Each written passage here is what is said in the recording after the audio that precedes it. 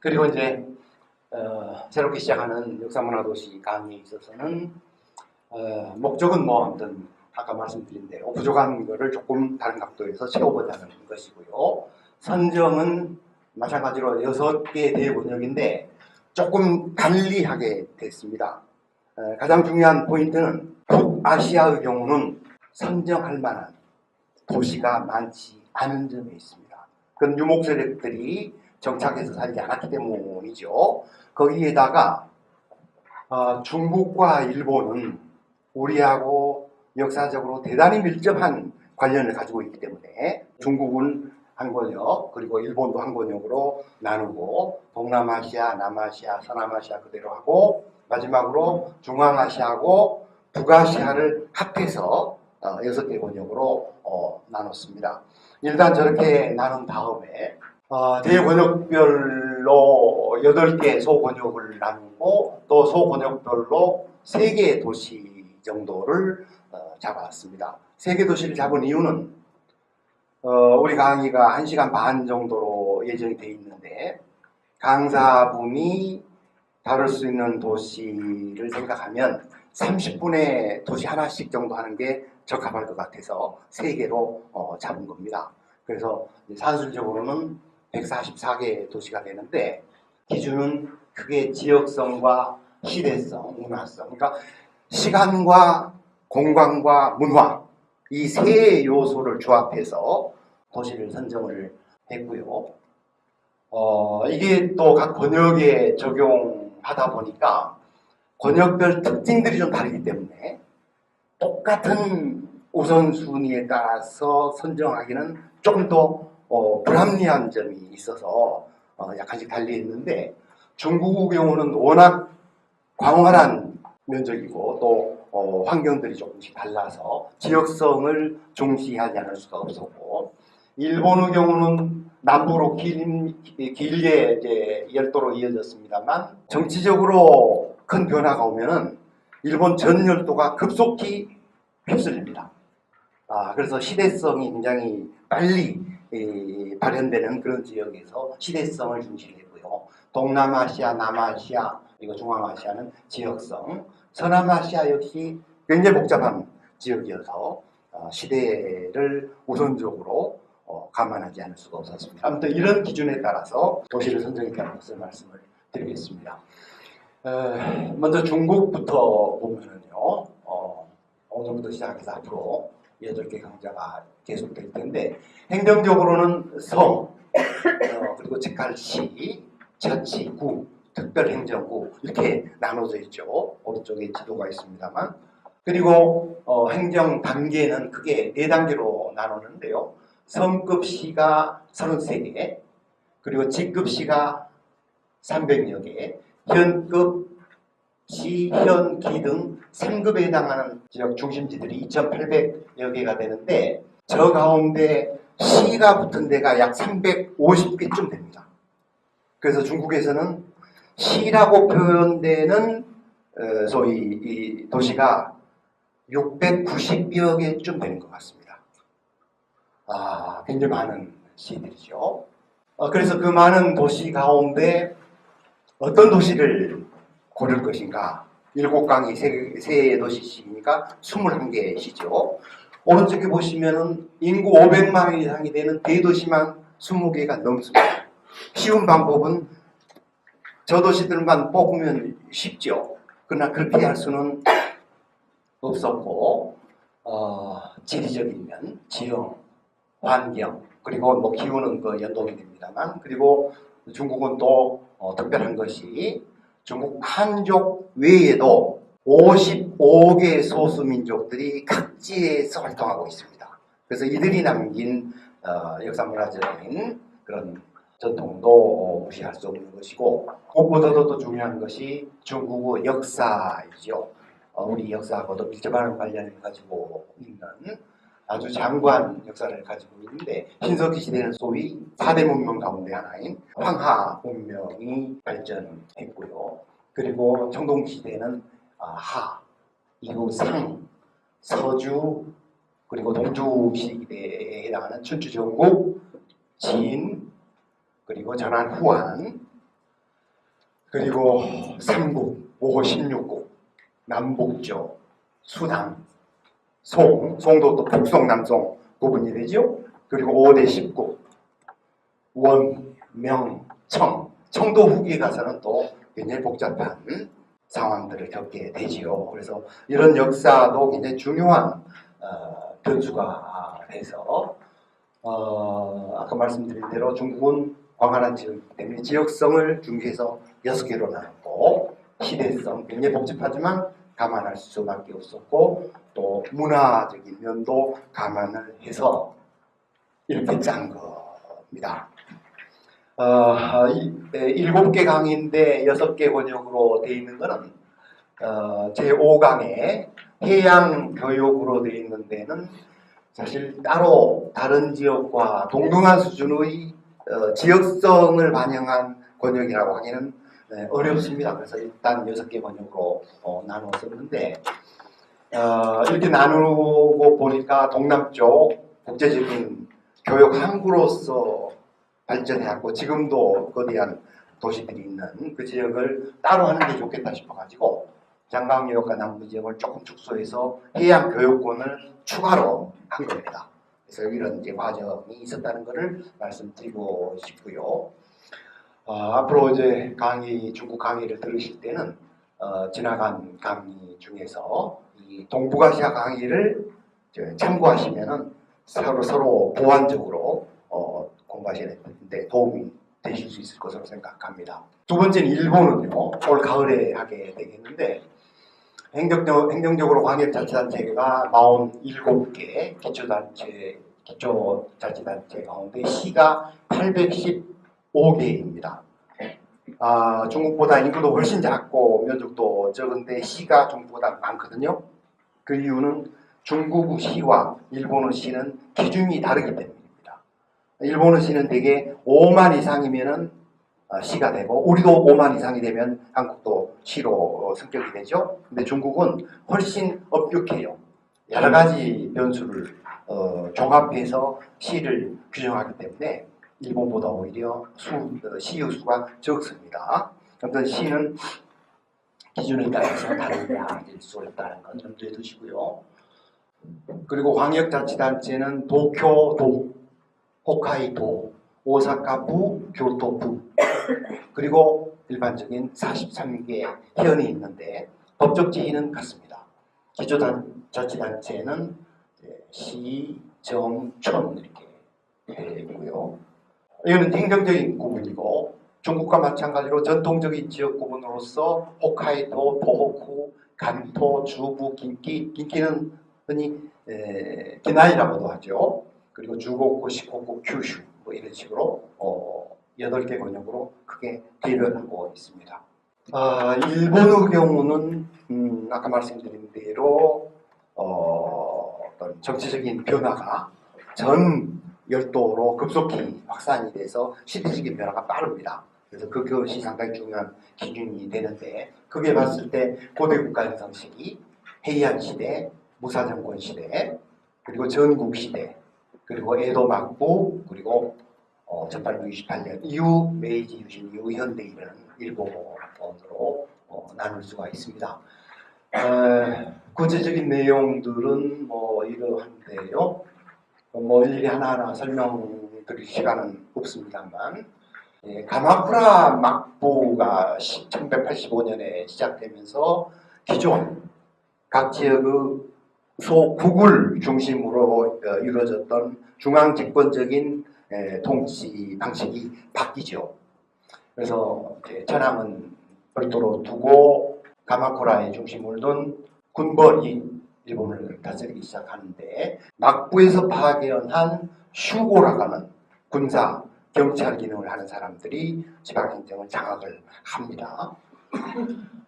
그리고 무로마치 막부 때는 이 슈고들이 다이명으로 성장해서 치열한 또 전국시대를 전개하게 되죠. 전국시대는 1573년 오다 노부나가로부터 시작이 돼서 결국 1603년 도쿠가와 이에야스가 깃발을 이렇게 들고 새로운 막부를 건설하는 것으로 전국시대가 끝나죠. 일본 역사에 있어서 빼놓을 수 없는 3인의 초상입니다. 에도 막부는 에도의 도를 뒀고 그 에도는 동경이죠. 그러나 막부만 있었을 뿐 천황은 거기에 없었습니다. 천황은 어디에 거주하고 있었죠? 기존의 중심지 교토입니다. 교토. 네. 그리고 메이지 유신으로 해서 막부가 붕괴되고 천황 중심으로 일본 이제 정치가 바뀌게 되는데 그때 교토에서 동경으로 천황도 옮겨온 것이죠.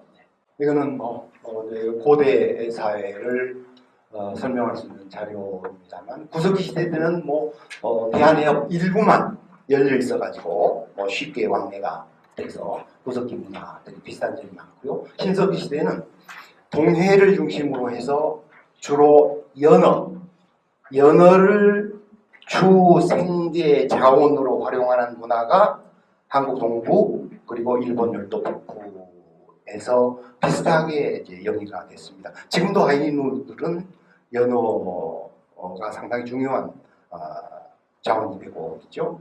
그리고 청동기 시대가 되면은 일본 북규슈 쪽으로 한국의 청동기 문화가 굉장히 많이 확산이 됩니다. 청동기를 비롯해서 이제 쌀 농사가 그때 들어가서 새로운 이제 일본을 일으키게 되죠. 그리고 그런 변화 속에서 중국에 사신도 보내고 그러는데 3세기 중엽에 여러 국가들이 만들어지면서 히미코라고 하는 여왕이 통치하는 야마타이국이 중국에 사신을 보냅니다. 그래서 중국이 그를 통해서 이제 일본 사정을 알게 되고 삼국지에 기록을 하게 되는데 삼국지에 기록된 내용을 따라서 야마타이국이 어디에 위치하고 있었느냐를 추적해 보니까 두 개로 갈라져요. 하나는 도쿄시고 하나는 오사카 쪽입니다. 서로 팽팽히 대립돼 있고 이거는 쉽게 이제 끝날 논쟁은 아닙니다만 아무튼 그만큼 3세기 대가 되면 중국에도 널리 알려지게 됐고요, 일본이. 그리고 4세기, 5세기가 되면은 지금 오사카 지도입니다. 오사카 성이 이쯤에 있죠. 그런데 그 이전 시기 4세기, 5세기, 6세기 초까지 보면 그 일대는 다 내해였습니다. 호수라고 하기는 그렇고 소위 가와지 지역인데 그 지역을 간척을 하면서 일본의 새로운 문화 단계로 발전하게 되는데 그때 참가한 사람들이 상당수가 41개에서 건너간 사람들입니다.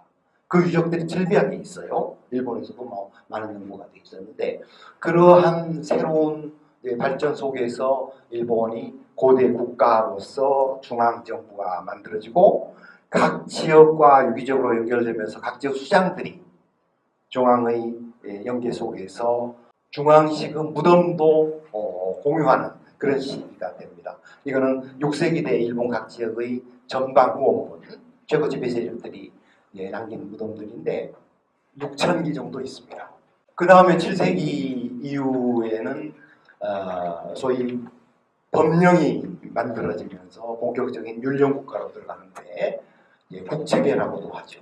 중앙을 5기로 나누고 지방을 7도로 나눴습니다. 그리고 지방에는 60여 개의 국이 있고 국 밑에 군, 리 이런 행정 조직이 되는데 5기는 지금 현재 오사카나라 교토 일대이고요.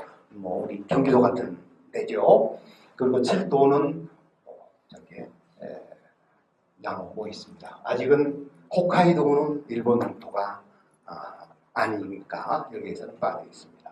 그 이후 지방행정 조직은 계속해서 변화를 하게 되는데 중세는 이제 막부시기죠. 슈고라고 하는 간부관들이 파견됐고 전국시대에는 그들이 성장해서 오다 노부나가 같은 큰 세력으로 발전하고 에도시대에는 지방행정을 번으로 나눴습니다. 번. 그리고 1871년은 태번 현치에서 번의 시스템을 버리고 새로운 시스템으로 바꾸면서 현을 두어서 지금까지 이제 이어지고 있죠. 지도는 이제 시대별로 조금씩 다른 상황을 반영하고 있습니다. 전국시대 이후로 아무튼 일본이 상당히 다른 발전을 하게 되는데요. 발전과 함께 도시들이 많이 성장을 하게 됩니다. 지금의 일본 중요한 도시들이 이미 그때부터 발전을 시작했던 것인데 일본 역사 문화 도시에 있어서는 시대성과 지역성 문화성을 감안을 했는데 가장 중요한 게 시대성이라고 했죠. 그래서 신화와 전설 저도 또 빼놓을 수가 없습니다. 워낙 일본 사회에 큰 영향을 끼치기 때문에 고대국가 형성기, 해양 기족사회, 중세 무사정권 뭐 이렇게 해서 이제 나눴는데 구체적인 도시들은 이렇습니다. 많은 도시들 여러분도 가 보셨겠지만서도 작은 도시들이 첫 번째 있습니다. 이즈모 별로 크지 않은 도시입니다. 그러나 일본 사회에서 저 도시가 차지하는 정신적인 비중은 굉장합니다. 미야자키도 그렇고요. 이세 신궁이라고 들어보셨어요? 네, 조그마한 도시들입니다. 그래서 이렇게 일단 선정을 해봤는데 앞으로 이제 강사 선정하는 과정에서 약간의 조율은 있을 것으로 생각하고 있습니다. 도시들 위치는 이렇습니다. 앞으로 이 강의 들으실 때 지난 박물관 산책 이 강의를 보시면은 많은 도움이 되십니다. 다음은 이제 동남아시아입니다. 1년 후네요. 내년 상반기인데 11개 국가가 있고요. 크게 대륙 지역과 도서 지역으로 구분되어 볼 수가 있습니다. 지리적으로 좀 구분하는 게 쉬운데 오른쪽 지형도를 보시면 한눈에 들어오죠. 그리고 동남아시아는 또 종교적인 면에서 또 상당히 복잡한 그런 변수를 보여주고 있기 때문에 감안해야 될. 대륙 지역은 주로 큰 하천을 띠고 있으면서 농업이 주된 산업이었기 때문에 치수 관계가 중요했죠. 그래서 그걸 중심으로 해서 왕권 형성이 됐고 도서 지역은 이제 해양 교역에 중점을 둘 수밖에 없어서 항구 도시를 중심으로 한 국가들이 발전을 했습니다. 그렇습니다. 그리고 종교는 불교, 이슬람, 가톨릭, 유불혼합 뭐 이런 식으로 나눠집니다.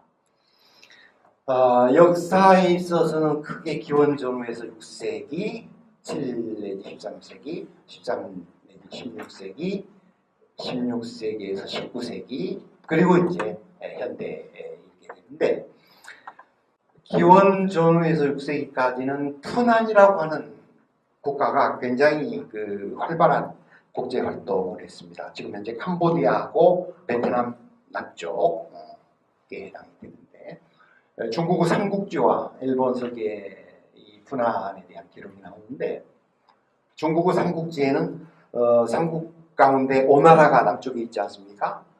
푸난의 사신이 오를 방문한 기록과 오에서 또 사신을 보낸 기록이 있고요. 일본서기 기록을 보면은 헌명기 4년 543년입니다.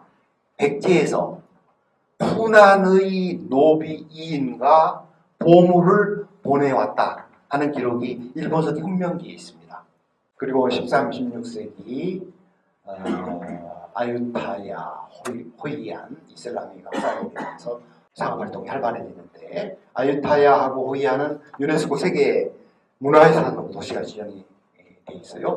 그리고 16세기에서부터는 유럽 열강들이 진출하게 되는데 영국, 프랑스, 네덜란드 그리고 스페인은 필리핀을 차지하고 있다가 미국으로 넘겨졌고 포르투갈 이렇게 여러 나라들이 동남아시아에서 할거를 하게 됩니다.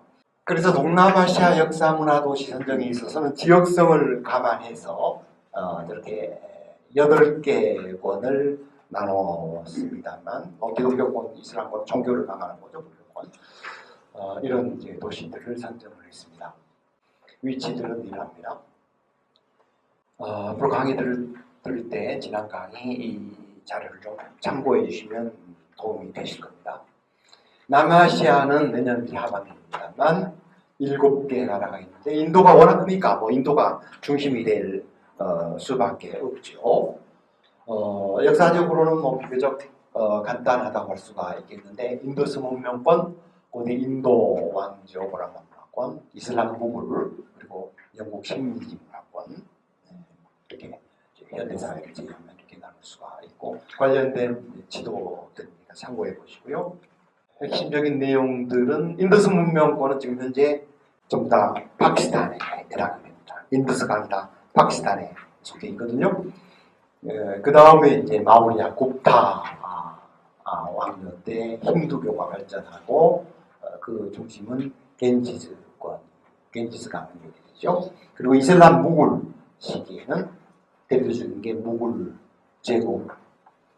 여러분 인도 가시면 보시고자 하는 것 가운데 가장 먼저 선정되는 게 뭔가요? 타지마할이죠. 저 무굴 제국 때의 역사적인 기념 건축물입니다. 1600년대 초죠. 그리고 페르시아 인도 문화가 융합된 그런 시기이고요. 네 번째 영국 식민지 문화권 여러분 잘 아시겠고 1947년에 인도하고 파키스탄이 독립을 했습니다.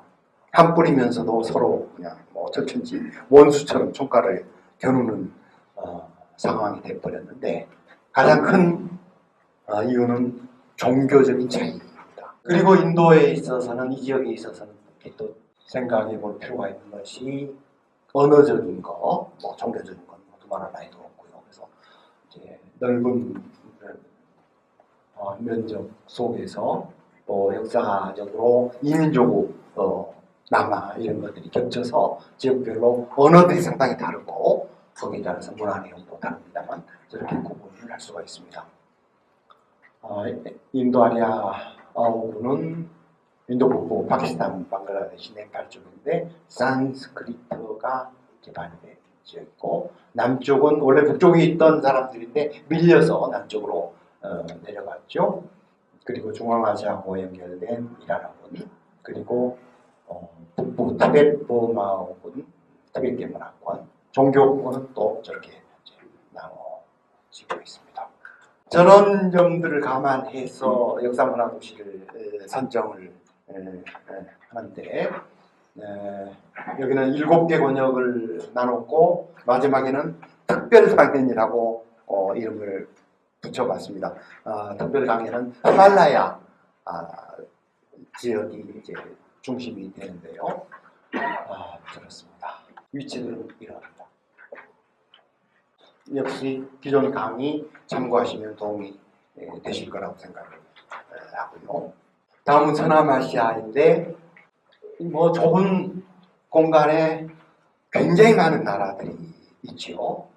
지금 제가 이제 도시를 선정한 나라가 15인데 거기서 빠진 나라들도 키프로스, 팔레스타인, 쿠웨이트, 바레인, 오만이 더 있습니다. 팔레스타인 같은 경우는 최근에 유엔에 가입한 신생국이라면 신생국이라고 할 수가 있는데 다 합하면은 20개 나라가 얽혀 있죠. 이 지역을 세계의 활약고라고 부르는 그 이유이기도 할 겁니다. 역사적으로 굉장히 복잡합니다. 기원전 6000년대의 초기 문명에서부터 시작해서 수많은 문명들이 종족을 달리하면서 흥망성쇠를 거듭해서 오늘에 이루고 있지 않습니까? 핵심적인 내용들은 메모를 해봤습니다만 참고해 주시고 부족한 내용도 찾아봐 주시기 바랍니다. 네. 그래서 이 지역은 역시 시대성을 좀 감안할 필요가 가장 크다 싶어서 메소포타미아 문명, 아나토리아 제국, 페르시아 제국, 레반트 종교, 아라비아 서기, 코카스스 이런 식으로 나눠봤습니다. 도시들은 이러하고요. 위치는 또 이렇습니다. 네, 이 강좌 역시 참고해 보시길 바라고요. 마지막으로 중앙아시아 몽골 남시베리아입니다. 2028년 2년 반 이후 일입니다만 6개 나라를 둘 수가 있겠고요. 각 시기별 큰 특징들을 메모를 해봤고요. 그리고 북방 관련해서 여러 종족 집단들의 흥망성쇠도 조금 살펴볼 필요가 있는 지역이라서 유목민족사도 조금 정리를 해보았습니다. 흉노, 선비, 유연, 돌골, 그리고 위구르, 요, 몽골 이렇게 큰 세력들이 역사를 달리해서 이어졌는데 말이죠. 각 특징들 메모를 좀 해봤습니다. 이게 지난 강의 때 한 시리즈로 이루어졌었죠.